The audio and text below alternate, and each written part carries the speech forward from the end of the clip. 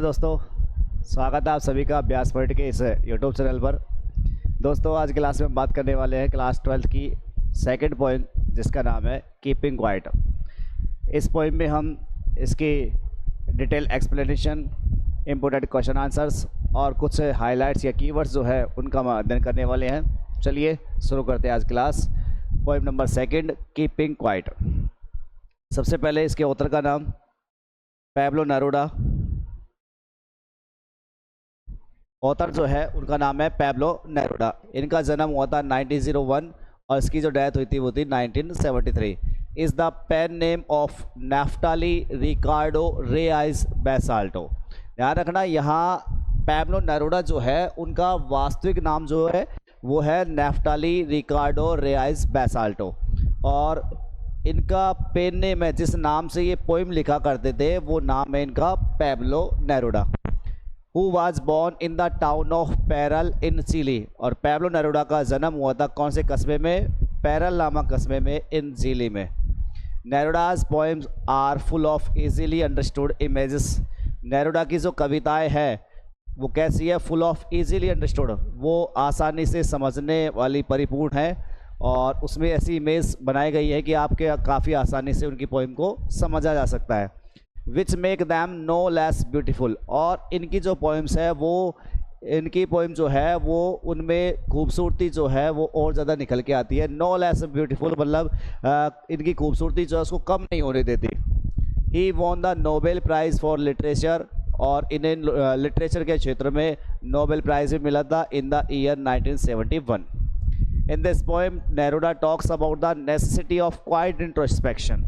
ये सबसे इम्पोर्टेंट बात है यहाँ पर इस पोएम में कि पैब्लो नेरूदा जो है इस पोएम में बात करता है किसके बारे में? About the necessity. नेसेसिटी बोले तो आवश्यकता, यानी पैब्लो नेरूदा जो है वो बात करता है नेसेसिटी ऑफ क्वाइट इंट्रोस्पेक्शन। मतलब ये हुआ कि आपको क्वाइट इंट्रोस्पेक्शन क्या वर्ड है, पहले इसके बारे में देख लेते हैं। इंट्रोस्पेक्शन, क्वाइट इंट्रोस्पेक्शन का मतलब ये हुआ कि आपको पहले तो शांत होना है। अपने जो भी काम आप कर रहे हो उसको आप पहले तो रोको, उसके लिए आप बिल्कुल उसको शांति से बैठो और उसके बाद इंट्रोस्पेक्शन करो, इंट्रोस्पेक्ट करो। इंट्रोस्पेक्ट बोले तो आत्मचिंतन या आत्ममंथन। आप सोचो, विचारो कि जो हम कर रहे हैं क्या वो सही है, यानी हम जो कर रहे हैं क्या वो नेचर के विरुद्ध तो नहीं है? कहीं हमारे जो मानव है, ह्यूमन बींग्स है, कहीं उनके किसी प्रॉब्लम का, उनके लिए तो कोई प्रॉब्लम क्रिएट नहीं कर रही हैं। तो इसके लिए हमारे पास क्या करना है? क्वाइट इंट्रोस्पेक्शन है, उसकी यहाँ पर आवश्यकता के बारे में पैब्लो नेरूदा जो है वो बात करता है। And creating a feeling of mutual understanding, और वो यहाँ क्रिएट करना चाह रहा है एक ऐसी फीलिंग जिसमें आप आपसी समझ हो। म्यूचुअल अंडरस्टैंडिंग बोले तो आपसी समझ अमंग ह्यूमन बींग्स, किसके बीच में? मानव प्राणियों के बीच में। तो सबसे इंपॉर्टेंट बात हमने बात की है क्वाइट इंट्रोस्पेक्शन की, जो इसमें पूरी पोइम में कभी बार बार यहाँ कहना चाहेगा। बिफोर यू रीड, पढ़ने से पहले कुछ बातें इसमें। What does the title of the poem suggest to you. अगर आपसे सुझाव मांगा जाए तो आप इस पोइम का जो टाइटल है वो क्या सजेस्ट करोगे? What do think the poet is about. आप क्या सोचते हो ये कविता किस बारे में है? अभी जैसे कि मैंने बात की थी कि ये पोइम है इंट्रोस्पेक्शन के बारे में, आत्मचिंतन के बारे में, कि आप थोड़ी देर के लिए रुके, धैर्य बनाए, अपने काम काज जो है उसको रोके और उसके बाद इंट्रोस्पेक्ट करें, आत्मचिंतन करें कि आप जो कर रहे हैं क्या वो सही है। चलिए स्टार्टिंग करते हैं हम पोइम में। Now we will count to 12 and we will all keep still. क्या कहना चाह रहा है यहाँ से poet Pablo Neruda? Now we will count to 12। अब हम काउंट करेंगे, कहाँ तक काउंट करेंगे? 12 तक। अब हम काउंट करेंगे, कहाँ तक काउंट करेंगे? 12 तक, 12 तक हम काउंट करेंगे।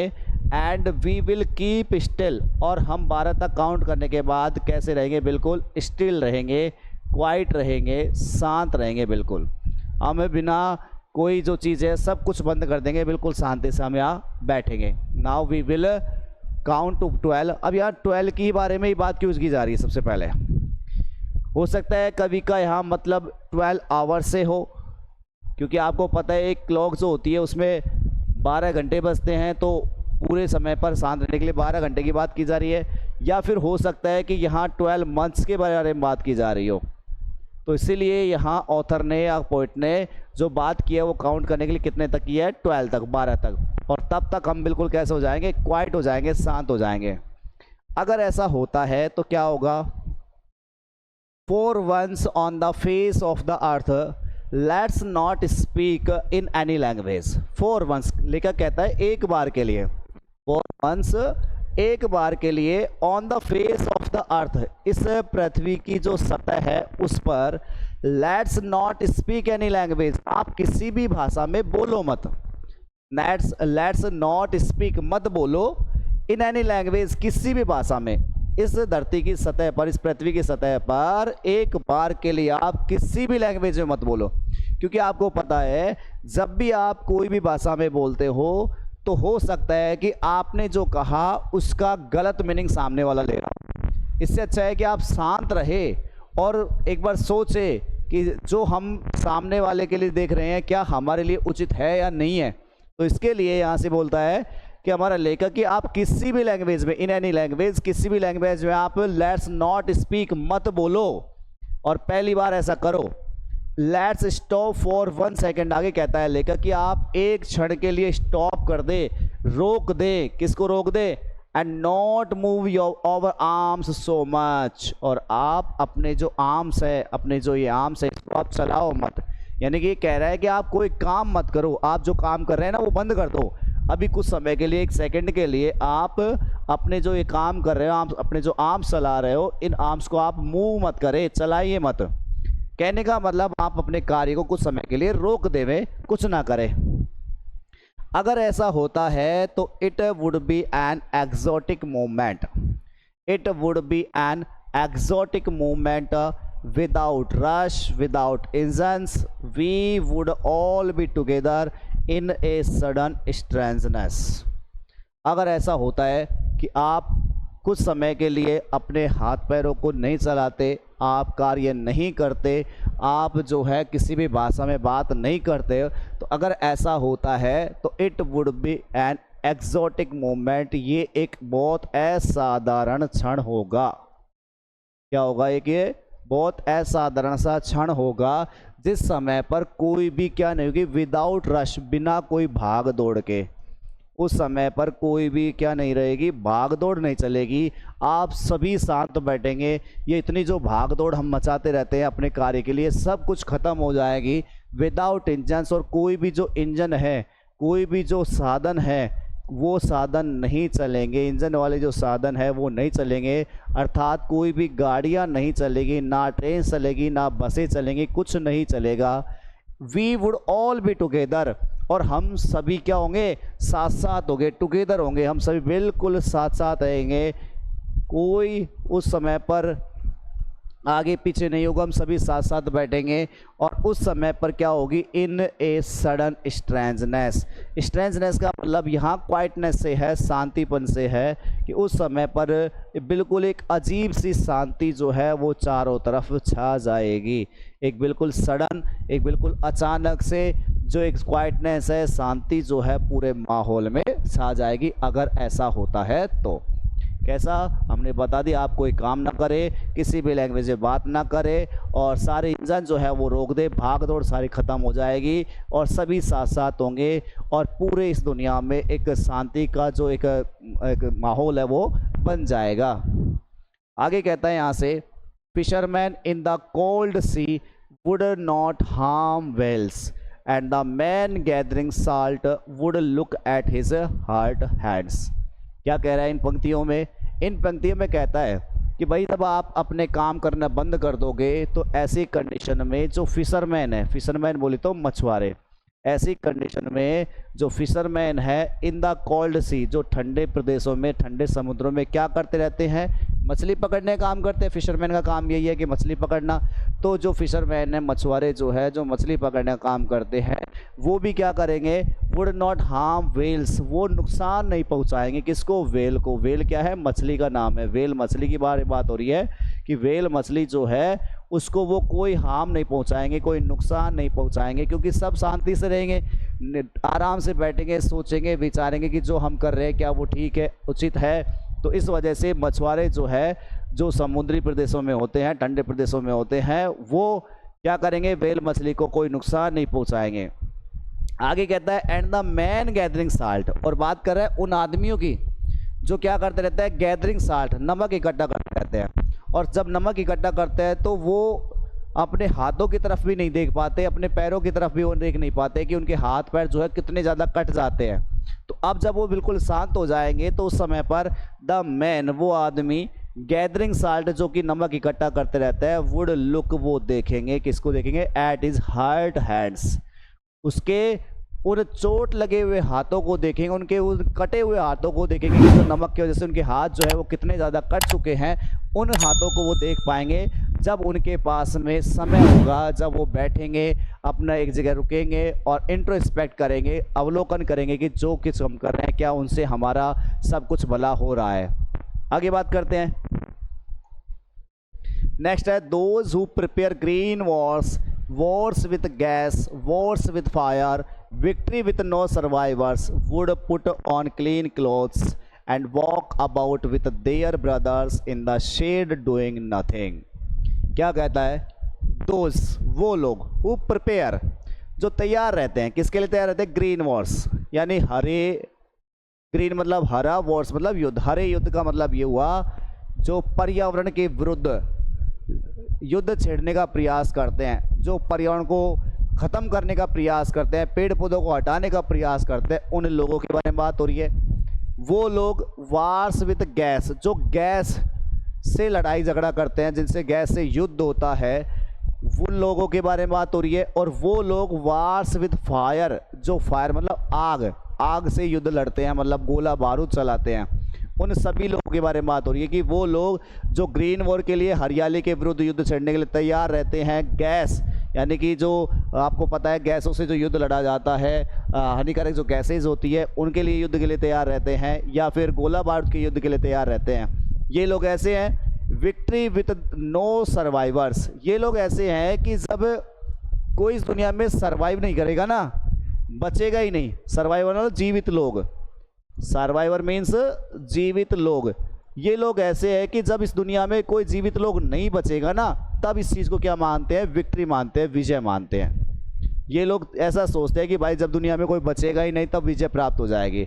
ये ऐसे लोग हैं। तो वो लोग जो तैयार रहते हैं ग्रीन वॉर के लिए, हरियाली के विरुद्ध युद्ध छेड़ने के लिए, वो लोग जो गैस से युद्ध करते हैं, वो लोग जो गोला बारूद से युद्ध करते हैं, ऐसे लोग होते हैं जो जीवित लोग नहीं होने पर इसको अपनी विक्ट्री मानते हैं। ये लोग भी क्या करेंगे, would put on clean clothes, ये लोग भी पुट ऑन करेंगे, पहनेंगे। पुट ऑन मतलब पहनना, तो ये लोग भी पहनेंगे, क्या पहनेंगे, क्लीन क्लॉथ्स, बिल्कुल साफ सुथरे कपड़े ये जो लोग हैं ये भी पहनेंगे। और क्या करेंगे, एंड वॉक, और ये साथ साथ चलेंगे, पैदल चलेंगे, अबाउट विथ देयर ब्रदर्स, आसपास चलेंगे वो साथ साथ, किसके साथ, विथ देयर ब्रदर्स, अपने भाइयों के साथ साथ वो चलेंगे। भाई कौन, जिनसे वो पहले लड़ाई झगड़ा कर रहे थे, वो इनके भाई है। लेकिन क्या है, पहले इनकी सोच जो थी वो अलग थी, है ना। इंट्रोस्पेक्शन किया, आत्मचिंतन किया, उससे पता चला कि हाँ जो हमने किया वो गलत किया। तो उसके बाद ये जो लोग हैं वो पुट ऑन क्लीन क्लोथ्स, साफ सुथरे कपड़े पहनेंगे और वॉक अबाउट, वो इधर उधर जाएंगे, किसके साथ, विद देयर ब्रदर्स, अपने भाइयों के साथ, इन द शेड, वो भी किसमें, बिल्कुल छाँव में, बिल्कुल अपने भाइयों के साथ वो जाएंगे। डूइंग नथिंग, कुछ भी नहीं करते हुए, और वो कुछ नहीं करेंगे, बिल्कुल उनके साथ साथ चलेंगे, कोई गोला बारूद नहीं चलेगा, कोई लड़ाई झगड़ा नहीं होगा। नेक्स्ट बात करते हैं, What I want should not be confused with a total inactivity। कवि पैब्लो नेरुडा क्या कहता है, What I want, जो मैं चाहता हूँ ना, should not be confused, आप इस चीज़ से कंफ्यूज मत हो ना। कंफ्यूज मतलब भ्रम, आप इस चीज़ से कंफ्यूज मत हो जाना, भ्रमित मत हो जाना, जो मैं चाह रहा हूँ ना उस चीज़ से। विद टोटल इनएक्टिविटी, कहीं तुम आप समझ लो कि भाई मैं टोटल इनएक्टिविटी चाहता हूँ। टोटल इनएक्टिविटी मतलब पूर्ण निष्क्रियता, कि आप पूरी तरीके से काम धंधा बंद कर दो, बस कुछ भी ना करो और पड़े रह जाओ। ये मैं बिल्कुल नहीं चाहता। क्या कह रहा है कि वाट आई वॉन्ट, जो मैं चाहता हूँ, शुड नॉट बी कन्फ्यूज्ड, इस चीज़ के लिए आप कन्फ्यूज मत होना, बिल्कुल भी भ्रामित मत हो जाना। विद टोटल इनएक्टिविटी, कहीं तुम चाहते हो कि भाई मैं पूरी तरीके से क्या कर रहा हूँ, टोटल इनएक्टिविटी चाहता हूँ, पूरी तरीके से ही निष्क्रियता चाहता हूँ कि आप कोई काम ही ना करो, बस पड़े रह जाओ, सुस्ती में पड़े रहो, इस चीज़ के लिए आप कन्फ्यूज मत होना, मैं ऐसा बिल्कुल भी नहीं चाहता। आगे कहता है life is what it is about, जीवन तो वही है जो है। भाई जैसा जीवन चल रहा है ना, जीवन वही है, ऑल इज अबाउट, जो जीवन के बारे में जब तुम पढ़ के आए हो, जीवन एक्चुअल में जीवन वही है। Life is what it is about, जो जीवन के बारे में है ना वही ध्यान रखना, लाइफ है वही जीवन है, जैसा जीवन चलता है वैसा ही चलेगा। इसलिए मैं वकालत नहीं करता टोटल इनएक्टिविटी की, कहीं आप पूरी तरीके से निष्क्रिय हो जाओ, अपना जीवन जो है उसको बिल्कुल पड़े रहने के लिए छोड़ दो, कोई काम धंधा ना करो। I want no truck with death, आगे कहता है कि मेरा मृत्यु के साथ कोई लेना देना नहीं है। I want no truck, no truck यहाँ पर एक फ्रेज है, to have no truck with, यानी टू रिफ्यूज टू एसोसिएट और deal with, to refuse to tolerate something. ये कहता है कि I want no truck with death, मेरा मृत्यु से कोई लेना देना नहीं है। अब यह मृत्यु किसको कहा है लेखक ने, मृत्यु कहा है इसको टोटल इनएक्टिविटी को, कि भाई आप टोटल इनएक्टिविटी हो जाओगे ना, आप जब कोई काम करना ही बंद कर दोगे तो टोटल इनएक्टिविटी का मतलब क्या हो गया, टोटल इनएक्टिविटी मीन्स डेथ, आप मरे हुए के समान हो, आप कोई काम ही नहीं कर रहे। अब जब आप काम नहीं कर रहे हो तो आप डेथ हो, आप मृत्यु के समान हो, तो इसका मतलब ध्यान रखना मेरा मृत्यु से कोई लेना देना नहीं है, मैं नहीं चाहता कि आप बिल्कुल मरे हुए के जैसे बन जाओ।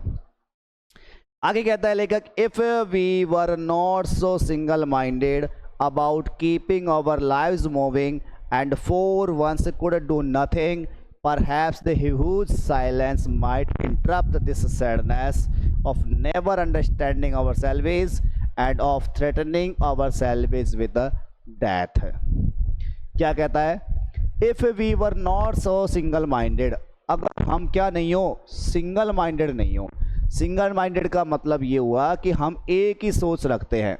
क्या सोच रखते हैं हम सिंगल माइंडेड में, कि बस हमें तो काम करना है, हमें तो काम करना है, जब तक काम नहीं करेंगे तब तक हम अपने गुजारा नहीं कर पाएंगे। हम उसी धुन में बस काम करते ही जाते हैं, हमें पता नहीं है कि क्या हम जो कर रहे हैं क्या आगे के लिए हमारे लिए फ़ायदेमंद है या नहीं है, जो हम कर रहे हैं क्या इससे किसी का भला हो रहा है, नुकसान हो रहा है, उसके बारे में बिल्कुल भी अवलोकन नहीं करते। तो वही हमारे पास क्या होती है, सिंगल माइंडेड होती है, एक बिल्कुल एक अकेली सोच होती है। तो वो कहता है लेखक यहाँ से, if we were not so single minded, अगर हम इतने ज़्यादा सिंगल माइंडेड ना हो ना कि बस हमें काम करना ही है, कर रही हैं, केवल इसको ऐसे ही नहीं हो ना, about keeping our living moving, कि हमें अपनी आजीविका को चलाने के लिए, कीपिंग आवर लाइव्स मूविंग, अपनी आजीविका को चलाने के लिए अगर हम इतने सिंगल माइंडेड ना होना, मैंने बोला ना सिंगल माइंडेड मीन्स एक ही धुन है हमारे पास, काम करना है अपनी आजीविका चलाने के लिए, ये हमारी एक सोच है। तो अगर हम अपनी आजीविका को चलाने के लिए सिंगल माइंडेड ना हो, एंड और वंस कुड डू नथिंग, और अगर एक बार हम कुछ भी ना करें, भाई ठीक है जीवन चल रहा है ठीक है, लेकिन एक बार के लिए अगर हम कुछ भी ना करें तो शायद, परहैप्स का मतलब शायद, ए ह्यूज साइलेंस, तो शायद क्या होगी, एक बहुत बड़ी या विशाल शांति जो है, माइट इंटरप्ट, तो वो रोक सकती है किसको, दिस सैडनेस, इस निराशा को। अगर हम थोड़े समय के लिए रुक जाए और कुछ भी ना करें, बिल्कुल हम ये सोच ले कि हाँ भाई ठीक है, हमारी जो सोच थी सिंगल माइंडेड उसको हम रोक के कुछ समय के लिए हम कुछ भी ना करें, तो शायद जो एक ह्यूज साइलेंस, एक बहुत अच्छी शांति जो है छाएगी, वो शांति ध्यान रखना वो क्या करेगी, इंटरप्ट कर सकती है, वो रोक सकती है किसको, दिस इज सैडनेस, इस निराशा को। कौन सी निराशा, of never understanding ourselves, ये निराशा है कि हम आवर सेल्वेज, हम अपने आप को ही नहीं समझ पाते, अपने आप को कभी ना समझ पाने की जो ये निराशा है, of never understanding ourselves, अपने आप को कभी नहीं समझ पाने की जो निराशा है, शायद इस निराशा को ये जो ह्यूज साइलेंस है ना, यही इंटरप्ट कर सकती है, यही रोक सकती है। और एक और निराशा, end of threatening over salvage, और अपने आप को डराने की जो निराशा है, विद डेथ, किससे डराते हैं हम अपने आप को? मृत्यु के विचार से। हम अपने आप को मृत्यु के विचार से डराते हैं। ये मृत्यु के विचार से डराने की जो हमारे पास ये निराशा है, इस निराशा को भी ह्यूज साइलेंस जो है वो रोक सकती है। तो हमारे पास ह्यूज साइलेंस के बारे में क्या क्या बातें आई हैं कि ह्यूज साइलेंस यानी कि जो शांति छाएगी, ये शांति रोक सकती है किसको? एक तो कभी ना अपने आप को कभी नहीं समझ पाने की अंडरस्टैंडिंग यानी समझ पाने की निराशा को, और दूसरी मृत्यु से जो हम अपने आप को डराते हैं धमकाते हैं, उस वाली निराशा को शायद क्या रोक सकती है? केवल ये साइलेंस ही रोक सकती है। इस साइलेंस से ही हम इन दोनों चीज़ों के ऊपर विजय प्राप्त कर सकते हैं। आगे बात करते हैं। Perhaps the earth can teach us as when everything seems dead and later proves to be alive. Now I will count up to 12 and you will keep quiet and I will go. Last लाइनें क्या कहती है देखते हैं।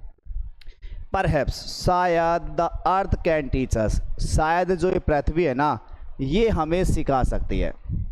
शायद ये पृथ्वी जो है ना ये हमें सिखा सकती है। क्या सिखा सकती है? कौन सी बात? कि जब when everything seems dead, जब आपको लगती है कि सब चीज़ डेड हो चुकी है, जब आपको लगती है कि हाँ भाई एवरीथिंग सीम्स डेड, हर जो चीज़ है वो डेड है, मृत हो चुकी है, और तभी आपको पता है वो चीज़ बाद में क्या होती है? लेटर बाद में प्रूव्स टू बी अलाइव। वही चीज़ जो है वो अपने आप को कैसा साबित कर देती है? अलाइव। अलाइव का लव जीवित। कैसे? एग्जाम्पल की तरफ मैं लेता हूँ। जैसे मैं अर्थ के अंदर एक एग्जाम्पल लेता हूँ नेचर का, प्रकृति का। प्रकृति में आप देखो, पेड़ पौधों को आप देखो, जैसे एक मंथ आता है पतझड़ का, उस समय पर सारे पेड़ के पत्ते झड़ जाते हैं, ऐसा लगता है जैसे कि पेड़ जो है वो सूख गया हो, अब इसमें जान ना बची हो। लेकिन जैसे ही आप देखो कि कुछ समय बाद में बसंत ऋतु के समय पर उन पेड़ों में नई पत्तियां आना शुरू हो जाती है और वो पेड़ दिखाते हैं कि अभी हम अलाइव है, जीवित है। तो ठीक उसी प्रकार से अगर मनुष्य के सामने बहुत सारी समस्याएं आती हैं और मनुष्य को लगता है कि हाँ अब मैं बिल्कुल डेड यानी कि मृत होने के कगार पर हूँ, अब मैं जो कुछ नहीं कर सकता, मेरा जीवन जो है बिल्कुल ख़त्म हो चुका है, ऐसे समय पर भी हमें इस नेचर से सीखना चाहिए कि नहीं, अब ये किरण है उम्मीद की और वहीं से अपना जो जीवन है वो हमें शुरू करना चाहिए। Now I will count up to 12, और अब मैं वापस से काउंट करूंगा कितने तक? 12 तक। इसके बारे में मैंने अभी शुरुआत में बात किया था कि 12 यहाँ पर हो सकता है मंथ्स के लिए बात किया जा रहा हो, या हो सकता है 12 जो आवर्स होते हैं घड़ी के अंदर उसके बारे में बात किया जा रहा हो। And you will keep quiet, और लेखक हमसे कहता है कि आप है ना बिल्कुल क्या रहोगे? शांत रहोगे। और फिर मैं क्या करूँगा? आई विल गो, मैं वहाँ से चला जाऊँगा। ये हमारी पोएम थी जो पैब्लो नेरुदा ने काफ़ी अच्छी लिखी थी, कीपिंग क्वाइट, शांत रहने के लिए। और शांत रहने के बाद में आपको क्या करना है? इंट्रोस्पेक्शन करना है, आत्मचिंतन करना है, आत्ममंथन करना है। हाँ कि जो हमने किया क्या सही था, क्या गलत था, इसके बारे में हमें अपने आप का ऑब्जर्वेशन करना है। नेक्स्ट हम बात करते हैं कुछ इसके हाईलाइट्स, कुछ इसके कीवर्ड्स के बारे में। कुछ हाइलाइट्स इसमें पैब्लो नेरुदा के बारे में बताया जा रहा है कि पैब्लो नेरुदा जो है इन्होंने नोबेल प्राइज़ जीता लिटरेचर के क्षेत्र में, कब? 1971 में। The poem suggest counting to 12 and keeping still. सबसे फर्स्ट लाइन यही थी कि ये कविता जो है वो सजेस्ट करती है, सुझाव देती है काउंटिंग करने का। कितने तक की काउंटिंग करनी है? 12 तक की। एंड कीपिंग स्टिल, और कैसा रहना है? बिल्कुल शांत रहना है। The poem envisions and exotic movement, यहाँ कविता जो है वो एक तरीके से दृष्टि या सपना देखती है कि एक असाधारण उस क्षण के बारे में जिसमें बिल्कुल भी भाग दौड़ नहीं होगी, कोई भी वहाँ पर इंजन नहीं चलेगा, जहाँ everyone is together in sudden strangeness, और जहाँ पर हर कोई व्यक्ति जो है वो कैसा होगा? टुगेदर होगा, साथ साथ होगा, इन सडन स्ट्रेंजनेस, बिल्कुल अजीब ही शांति में। उस समय क्या होगा? Fisherman would not harm whales, fisherman जो है वो वेल मछली का शिकार नहीं करेंगे, उनको चोट नहीं पहुंचाएंगे। मैन गैदरिंग साल्ट जो है यानी कि नमक को इकट्ठा करने वाले जो आदमी है, वुड रेफ्लेक्ट, वो देख पाएंगे, वो चिंतन कर पाएंगे ऑन देयर हार्ट हैंड्स, अपने उन जख्मी हाथों को, अपने उन चोट लगे हाथों को। The poem contrast the desired quite introspection with total inactivity.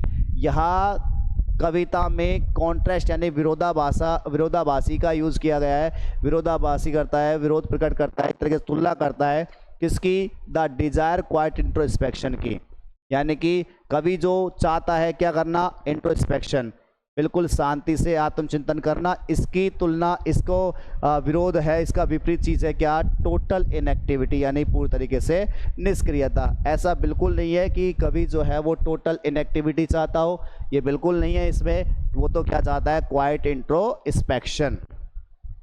The earth is presented as a symbol of life. Last में यहाँ पर जो अर्थ का एग्जाम्पल दिया गया है वो एक तरीके से एक सिंबल है किसका, जीवन का। अंडर अपेरेंट स्टिलनेस, जो इसमें आपको पता है स्पष्ट रूप से शांति छाई रहती है। पृथ्वी जो है जब बिल्कुल ऐसी हो जाती है कि ख़त्म होने का कगार पर है, तभी अपना रौद्र रूप वो दिखाती है और तभी अपने आप को ये दिखाती है कि अभी पृथ्वी जो है वो पूरी तरीके से अलाइव है। नेक्स्ट बात करते हैं, कुछ की इनसाइट्स वर्ड्स इसमें दिए जा रहे हैं। This poem keeping quiet by Pablo Neruda emphasize, ये जोर डालती है किसके ऊपर, the necessity of quiet introspection. ये जोर डालती है कि भाई आवश्यकता है किस चीज़ की, क्वाइट इंट्रोस्पेक्शन की। किसकी आवश्यकता है हमारे पास में, quite introspection and the creation of mutual understanding, और ज़रूरत है किसकी, म्यूचुअल अंडरस्टैंडिंग यानी आपसी जो समझ है उसकी क्रिएशन, उसकी रचना की, यानी कि आपसी समझ लोगों के बीच में होनी चाहिए, इसकी आवश्यकता है अमंग ह्यूमन बीइंग्स, मानव प्राणियों के बीच में। It advocates for pausing activity, यहाँ लेखक जो है वो वकालत करता है, समर्थन करता है कि आप पोज करें, रुके, किसको, अपने काम को रोके, एंड रेफ्लेक्टिंग और चिंतन करें, टू अवॉइड द सैडनेस, इस निराशा से बचने के लिए। कौन सी निराशा, of never understanding ourselves, कि हम अपने आप को ही नहीं समझ पाते। इस निराशा से बचने के लिए आप रेफ्लेक्ट करें, और threatening ourselves with the death, और हम अपने आप को मृत्यु से डराते रहते हैं। ये जो निराशा है इसके लिए हम, इससे बचने के लिए हम चिंतन करें। द पोएम सजेस्ट दैट, ये कविता जो है वो सुझाव देती है कि stillness can lead to a deeper understanding, कि जब हम बिल्कुल शांत होते हैं तो शांति जो है वो भी एक बहुत ही गहरी समझ की ओर हमें अग्रसर कर सकती है जीवन में। सिमिलर ठीक उसी प्रकार से जैसे कि पृथ्वी जो है, जैसे कि हमारे पास पृथ्वी जो है, जब हमको ऐसा लगता है कि वो बिल्कुल डेड हो चुकी है, तभी वो अपने आप को टू बी अलाइव, जीवित जो है वो साबित करती है। ठीक उसी से हम एक तरीके से संकेत ले सकते हैं, उसी से हम एक मीनिंग निकाल सकते हैं कि अगर हमारे जीवन के अंदर शांति है तब हम अपने जीवन में एक अच्छी गहरी समझ जो है उसको डेवलप कर सकते हैं। तो this was the key insight of this poem.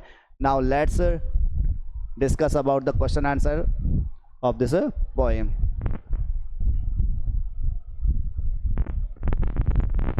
ये हमारे पास कुछ क्वेश्चन आंसर है जो बुक में दिए गए हैं। कौन कौन से, फर्स्ट क्वेश्चन इसका दिया जा रहा है कि what will counting up to 12 and keeping still help us achieve, कि 12 तक यहाँ पर गिनना, 12 तक यहाँ पर काउंटिंग करना और शांत रहना, ये दो चीज़ें से हमें क्या हासिल हो सकता है। तो इसमें आंसर दिया गया है कि counting up to 12 and keeping still will give us some moments of peace, इससे क्या होगा, हम कुछ समय के लिए बिल्कुल शांत रहेंगे। To feel the beauty of life, और हम जीवन का जो सुंदरता है उसको महसूस करेंगे। Introspect of our own selves, और हम अपने बारे में इंट्रोस्पेक्ट कर पाएंगे, अपने बारे में चिंतन करेंगे, आत्ममंथन करेंगे। And restore energy to move in the right direction, और सही दिशा में जाने के लिए अपनी एनर्जी को वापस से इकट्ठा कर पाएंगे। क्वेश्चन नंबर सेकंड दिया जा रहा है, do you think the poet advocates total inactivity and that, क्या आप सोचते हैं कि कवि जो है वो टोटल इनएक्टिविटी, पूर्ण तरीके से निष्क्रियता और डेथ की समर्थन करते हैं, उनकी वकालत करते हैं? तो ऐसा बिल्कुल नहीं है। कवि ने कभी नहीं कहा कि आप पूरी तरीके से आप डेथ की तरह हो जाए या पूरी तरीके से काम करना बंद कर दे। The poet does not advocate total inactivity and death like stillness, he makes it clear that, वो ये बात बिल्कुल स्पष्ट कर देते हैं कि total inactivity brings in death, कि टोटल इनएक्टिविटी जो है वो तो डेथ लाती है, मृत्यु लाती है। He just wants us to stay away from the monotonous life of single mindedness, वो तो बस केवल इतना सा चाहता है कि हमने जो सिंगल माइंडेडनेस बनाया हुआ है, एक जो सोच हमने डेवलप की गई है कि बस हमें काम करना ही है, केवल उसको कुछ समय के लिए रोके और आप इंट्रोस्पेक्ट करें, बस इतना सा वो चाहता है। नेक्स्ट है, what is the sadness that the poet refers in the poem, वो निराशा क्या है जो इस कविता में कवि ने हमें अब बताई है। तो हमने दो सैडनेस के बारे में बात की है, एक सैडनेस हम अपने आप को समझ नहीं पाते वो सैडनेस है, और दूसरी हम अपने आप को मृत्यु से डराते हैं वो सैडनेस है। तो this sadness comes from not understanding our self, ये निराशा आती है कहाँ से कि हम अपने आप को नहीं समझ पा रहे। We are running after the world gains, हम बढ़ते ही चले जाते हैं, भागते चले जाते हैं इस संसार में कुछ अच्छी उपलब्धियां प्राप्त करने के लिए। And have no time to know the true purpose of life, और हमारे पास जीवन में कोई क्या नहीं है, समय नहीं है कि ताकि हम जीवन के जो अच्छे पर्पज हैं उनको भी ग्रहण कर पाए। It makes us sad and dull, ये चीज़ हमें क्या बनाती है, बिल्कुल सैड और डल बनाती है। नेक्स्ट क्वेश्चन इसमें दिया गया था, question number 4, what symbol from nature does the poet invoke to say that there can be life under apparent stillness. यहाँ पर ऐसी कौन सा संकेत दिया गया है नेचर के द्वारा जिससे हमें ये पता चलता है कि जब हमको ये लगता है कि बिल्कुल शांति छा गई है और तब जा कर के भी जीवन निकल सकता है, तो कौन सा यहाँ पर एग्जाम्पल है। तो कवि ने यहाँ पर हमें एग्जाम्पल दिया अर्थ का, जिसमें पृथ्वी जो है जब हमको बिल्कुल शांत नज़र आती है, जब हमको डेड नज़र आती है, जब वो बिल्कुल इनएक्टिव हो जाती है और उसी समय पर वो अपने आप को जीवित करने के लिए अपना रूप दिखाती है। तो it is the source of all life, ये जीवन का मुख्य स्रोत है, गति का स्रोत है। Man too can be dynamic, जैसे अर्थ जो है वो अपने आप को प्रूव कर सकती है लाइव, उसी प्रकार से व्यक्ति जो है वो भी कैसा होता है, डायनामिक होता है, गतिशील होता है। इन ए काम एंड क्वाइट लाइफ, अपने पूरे से शांत जीवन में। He can learn a lot from the earth, वो बहुत कुछ सीख सकता है किससे, इस धरती से, क्योंकि हमने धरती से सीखा था कि जब कभी पृथ्वी जो ऐसा डल सी नज़र आती है तभी वो अपना रौद्र रूप दिखाती है। तो ये हमारी पोएम थी जो पैब्लो नेरुदा का लिखी हुई थी, और आई होप आपको ये पोएम जो है काफ़ी अच्छे से समझ आई होगी। अगर आपको ऐसी क्लासेस अच्छी लगे तो प्लीज़ लाइक किया करें, शेयर किया करें। थैंक यू, मिलते हैं आपसे नेक्स्ट क्लास में।